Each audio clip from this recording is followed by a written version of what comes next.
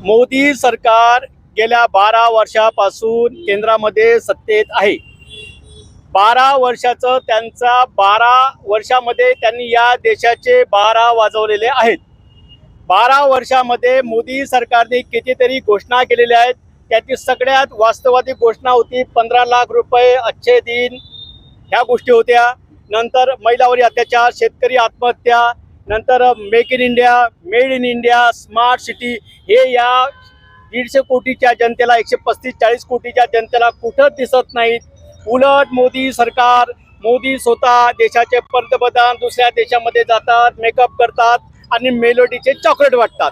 हे होत असताना या देशामध्ये शेतकरी आत्महत्या करतात, चायना या देशाची जमीन संपादित करतो। एकही देश, शेजारचा देश मोदीच्या बाजूने येत नाही आहे, असं परराष्ट्र नीती आर्थिक धोरण या मोदी सरकारचं फसलेलं आहे।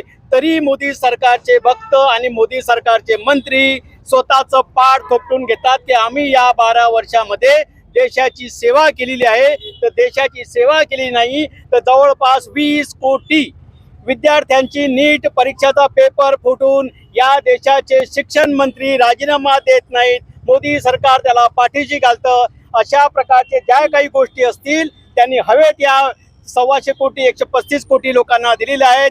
जेवढे 12 वर्षात त्यांचे आश्वासनं होते किंवा आहेत ते आम्ही आज हवेतले आश्वासनं हवेत सोडलेले आहेत आणि मोदी सरकारचा निषेध केलेला आहे।